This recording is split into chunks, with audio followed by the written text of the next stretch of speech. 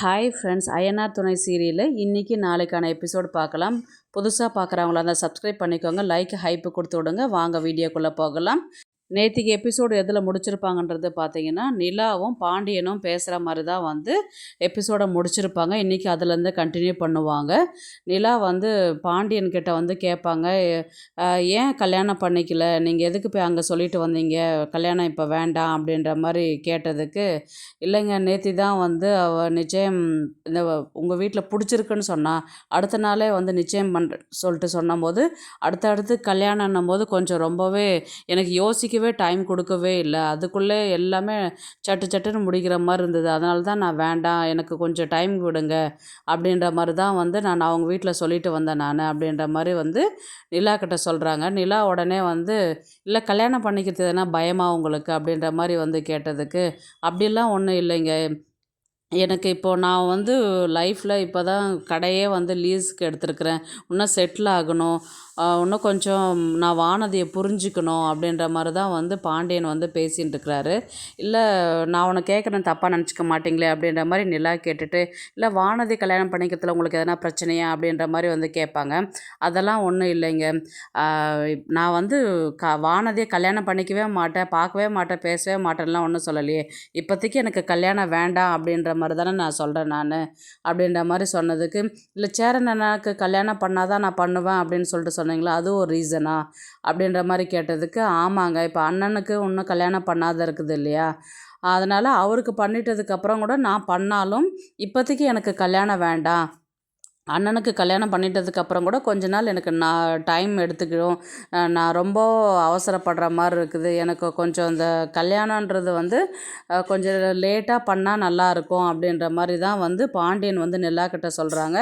நிலா சொல்கிறாங்க, இப்போ வானதி வீட்லேயும் ப்ரெஷர் பண்ணுவாங்க இல்லையா, அதனால் கூட அவங்க உங்ககிட்ட கல்யாணம் பண்ணிக்கணும்னு சொல்லிட்டு ஃபோர்ஸ் பண்ணுவாங்க இல்லையா, இல்லைன்னா நம்ம அவங்க வீட்டில் பேசிக்கலாம், இப்போது குழப்பமாக இருக்கும்போது நீங்கள் எந்த முடிவும் எடுக்க வேண்டாம், நீங்கள் யோசித்து நிதானமாகவே எப்போ உங்களுக்கு கல்யாணம் பண்ணிக்கணும்னு தோணுதோ அப்போ பண்ணுங்கள், அப்போ நம்ம வானதி வீட்டில் போயிட்டு கொஞ்சம் பேசி நமக்கு டைம் கேட்டு வாங்கிக்கலாம், எந்த விஷயமே குழப்பம் பண்ணாதீங்க, வானதி நீங்கள் லவ் பண்ணுற பொண்ணு, வானதி உங்களை விட்டுட்டு வேறு யாரும் கல்யாணமும் பண்ணிக்க மாட்டா, லவ்வும் பண்ண மாட்டா, அதனால் வானதி உங்களுக்காக தான் இருப்பா, தைரியமாக இருங்க, என்றைக்கு இருந்தாலும் வானதி உங்கள் வானதி தான், அதனால் பொறுமையாகவே பண்ணுங்கள், ரொம்ப குழப்பத்தில் எந்த வேலையும் செய்யாதீங்க, அது தப்பாக முடியும், தெளிவாக ஒரு முடிவு பண்ணுங்க அப்படின்ற மாதிரி நிலா சொல்லிட்டு போனதுக்கு, நாளைக்கு நானும் சோழனும் போயிட்டு சந்தாவை பொண்ணு கேட்கலான் இருக்கிறோம் நாங்கள் அப்படின்ற மாதிரி தான் நிலா சொன்னதுக்கு, சோழன் என்கிட்ட எதுவும் சொல்லவே இல்லையே, நானே இப்போ தாங்க அவர்கிட்ட சொன்னேன், நாளைக்கு போய் பேசிட்டு வரோம் அப்படின்ற மாதிரி சொன்னதுக்கு, சரிங்க அப்படின்னு சொல்லிட்டு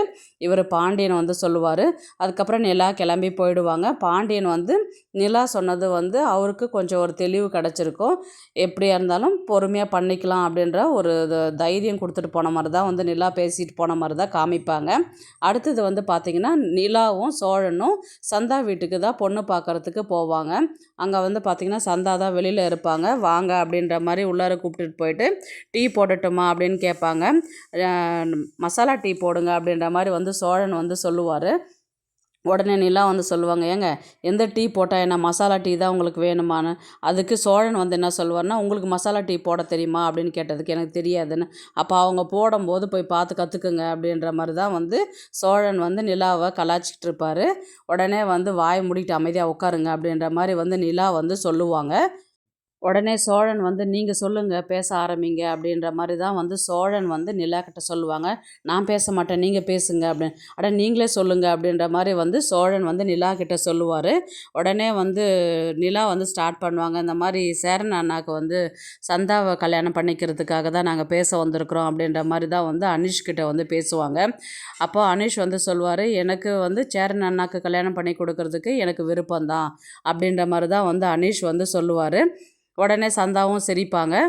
உடனே சோழன் என்ன சொல்லுவார்னா, அப்புறம் என்ன நேராக பீகார் கிளம்பி போவோம், உங்கள் வீட்டில் கல்யாணம் பண்ணிவிட்டு நேராக வந்துகிட்டே இருக்கலாம் அப்படின்ற மாதிரி தான் சோழன் சொன்னதுக்கு, அனீஷ் சொல்லுவார், அங்கே பிரச்சனை, எங்கள் அப்பா அம்மா அவ்வளோ சீக்கிரம் ஒத்துக்க மாட்டாங்க, ஏன்னா அங்கே தாய் மாமா ஒருத்தர் இருக்கிறாங்க, அவங்களுக்கு தான் சந்தாவை கல்யாணம் பண்ணி கொடுக்கணுன்றது ஏற்கனவே சொல்லியிருக்கிறாங்க, இது சேரனுக்கும் தெரியும், அதனால தான் இப்போ அங்கே போக வேண்டாம், அப்பா அம்மாவுக்கு தெரியாமல் நம்ம கல்யாணம் பண்ணிக்கலாம் நான் வந்து விஷயத்தை அதுக்கப்புறம் புரிய வச்சுக்கிறேன் வீட்டில் அப்படின்ற மாதிரி வந்து அனீஷ் வந்து சொல்லுவார். அதுக்கு நிலா சொல்லுவாங்க, வீட்டில் தெரியாத கல்யாணம் பண்ணால் நாளைக்கு பிரச்சனை வராதுங்களா அப்படின்ற மாதிரி வந்து கேட்டதுக்கு அதுக்கு அனீஷ் வந்து என்ன சொல்லுவார்னா, அங்கே தாய் மாமனுக்கு தான் வந்து சந்தா வந்து கல்யாணம் பண்ணி கொடுக்கணும். அவர் வந்து அங்கே ப்ரெஷர் போட்டதுனால தான் சந்தாவை நான் இங்கே சென்னைக்கே கூட்டிகிட்டு வந்தேன்.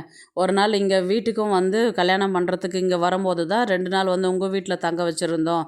இந்த விஷயம் எல்லாமே சேரனுக்கும் தெரியும் அப்படின்ற மாதிரி தான் வந்து அனீஷ் வந்து சொல்லுவார். அப்போ அவ்வளோ பிரச்சனை இருக்கும்போது இப்போ என்ன கல்யாணம் வேண்டான்னு சொல்கிறீங்களா நீங்கள் அப்படின்ற மாதிரி வந்து சோழன் கேட்டதுக்கு, அப்படிலாம் ஒன்றும் சொல்லலைங்க. இப்போ வீட்டுக்கு போனால் பிரச்சனை இருக்கும், கல்யாணம் பண்ணுறதுக்கு கொஞ்சம் நாள் ஆகும், அதனால் நம்ம இங்கே கல்யாணம் பண்ணிக்குவோம், அதுக்கப்புறம் நான் எங்கள் வீட்டில் பேசி நான் புரிய வச்சுக்கிறேன் அப்படின்ற மாதிரி தான் வந்து அனீஷ் வந்து சொல்லுவார்.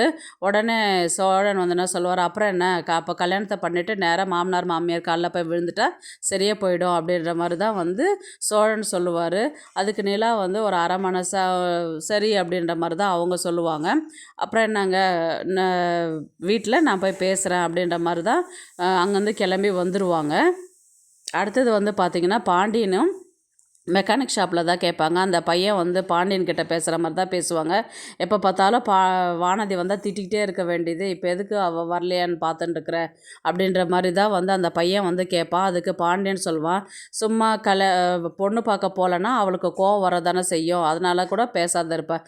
என்ன தான் போகலனாலும் அதுக்கு பேசாத இருக்க மாட்டாளா, சண்டை போடுறதுக்காக இங்கே கடைக்கு வந்து சண்டை போடுவா இல்லையா, அவள் ஏன் வரவே இல்லை, ஏன் பேசவே இல்லை, என் நம்பரை வேற பிளாக் பண்ணிட்டா அப்படின்ற மாதிரி தான் வந்து பாண்டியன் வந்து அந்த பையன்கிட்ட சொல்லுவாங்க. அதுக்கு அந்த பையன் வந்து சொல்லுவான், பொண்ணு நினச்சா வேணும்னா கல்யாணம் பண்ணிப்பா, வேணான்னா அவங்க சுத்தமாக மறந்துடுவாங்க. என்னடா எப்படிலாம் சொல்லி பயமுறுத்துற நீ? ஆமாம், என்கிட்ட வந்து என்ன சொன்னேன், பாண்டியனுக்கு லவ் பண்ணவே தெரியலன்னு சொல்லிட்டு சொன்னேன். அங்கே வானதிக்கிட்ட என்ன சொல்லியிருக்கிறேன், இவரெலாம் ஒரு ஆள், இவரை போய் நீ லவ் பண்ணுறிய அப்படின்னு எங்கள் 2 பேர்கிட்டையும் மாற்றி மாற்றி பேசினவன் தானே நீ, போய் வேலையை பாருடா அப்படின்ற மாதிரி தான் வந்து பாண்டியன் வந்து அந்த வேலை செய்கிற பையனைக்கிட்ட சொல்லுவார். உடனே சரி உன் ஃபோன் கொடு, நான் வானதிக்கு கால் பண்ணி பார்க்குறேன் அப்படின்ற மாதிரி தான் வந்து பாண்டியன் சொல்லுவார். கால் பண்ணி பார்ப்பார். ஹலோ வானதி அப்படின்ற மாதிரி பாண்டியன் பேசின அடுத்த செகண்டே அந்த பையனுடைய நம்பரும் வந்து பிளாக் பண்ணிவிடுவாங்க வானதி. என் நம்பரும் உன் நம்பரும் பிளாக் பண்ணிட்டா அப்படின்ற மாதிரி தான் வந்து சொல்லுவார் பாண்டியன். அடுத்தது வந்து பார்த்திங்கன்னா பல்லவனை தான் காமிப்பாங்க. பல்லவன் வந்து எக்ஸாமுக்கு ஃபீஸ் கட்டுறேன்னு சொல்லிட்டு தான் அந்த 2000 ரூபாய் வாங்கிட்டு போயிருப்பார். நேராக வந்து கேர்ள் ஃப்ரெண்டை கூட்டிக்கிட்டு ரெஸ்டாரண்ட்டுக்கு தான் போவார். எல்லாத்தையுமே சாப்பிட்டுக்கிட்டு ஆர்டர் பண்ணி சாப்பிட்டுட்டு இருக்கிறம்போது பார்த்திங்கன்னா இன்றைக்கான எபிசோடு வந்து முடிப்பாங்க. நாளைக்கு வந்து எப்படி எடுத்துகிட்டு போவாங்கன்றது பார்த்திங்கன்னா, அங்கே சாப்பிட்டுட்டு இருக்கும்போது ஒன்று சோழனும் நிலாவும் பார்க்குற மாதிரி தான் கொண்டு வருவாங்க.